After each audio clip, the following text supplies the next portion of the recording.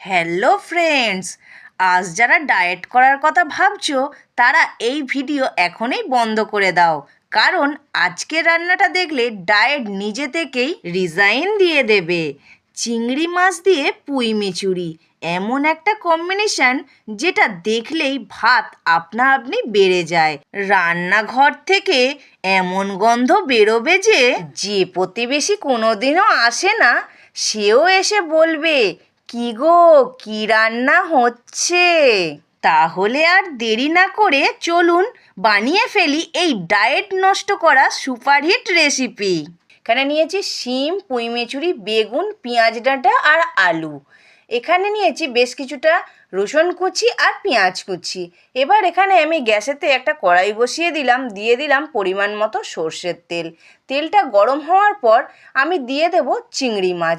চিংড়ি মাছগুলোকে ভালো করে কেটে ধুয়ে নিয়ে চলে এসেছি, নিয়ে এসে কড়াতে দিয়ে দিলাম, দিয়ে একটুখানি খুন্তি দিয়ে নাড়িয়ে চাড়িয়ে দেব। আমি এখানে চিংড়ি মাছে কিন্তু নুন হলুদ মাখাইনি। নুন হলুদটা আমি এবার কড়াতেই দিয়ে দেব।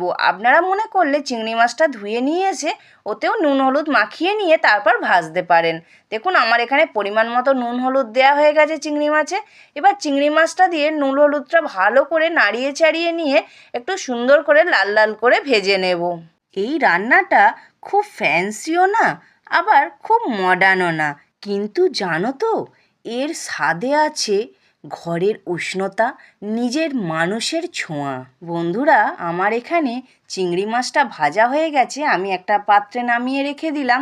এবার সেই কড়াইটাই আবার বসিয়ে দিলাম, দিয়ে দিলাম পরিমাণ মতো সর্ষের তেল, আর দিয়ে দিলাম ফোড়নে বেশ কিছুটা পাঁচ ফোড়ন। পাঁচ ফোড়নটা যেই একটু ভাজা ভাজা হয়ে গেল, কেটে রাখা আলুগুলোকে দিয়ে দিলাম, দিয়ে ওপর দিয়ে একটু হলুদ গুঁড়ো দিয়ে দিলাম, দিয়ে ভালো করে আলুটাকে একটু লাল লাল করে ভেজে নেব। আমি এখানে সব সবজিগুলো লম্বা লম্বা করে কেটেছি।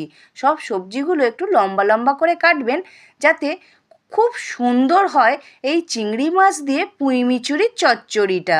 এখানে আমার আলুটা লাল লাল করে যেই ভাজা হয়ে গেল, আমি কেটে রাখা শিমগুলোকে দিয়ে দিলাম, দিয়ে একটুখানি নাড়িয়ে চাড়িয়ে ভেজে নেব, অল্প একটুখানি, ওই 1 থেকে 2 সেকেন্ডের মতো। তারপর দিয়ে দিলাম বেগুনটা, দিয়ে আবারও সব সবজি একসাথে ভেজে নিলাম। অল্প একটুখানি সবজিগুলো ভেজে নিয়ে যে পেঁয়াজ ডাঁটাটা কেটে রেখেছিলাম সেই পেঁয়াজ ডাঁটাটাকে দিয়ে দিলাম, দিয়ে আবারও সব সবজির সাথেও পেঁয়াজ ডাঁটাটাকে একটু ভেজে নেব। দেখো বন্ধুরা, আমি কিন্তু বেশিক্ষণ ভাজছি না, অল্প একটুখানি ভাজলেই চলবে। তারপর দিয়ে দেব পুঁই মিচুরিটা। পুঁই মিচুরিটা দিয়ে সব সবজির সাথে পুঁই মিচুরিটাকে বেশ কিছুক্ষণ ধরে সুন্দর করে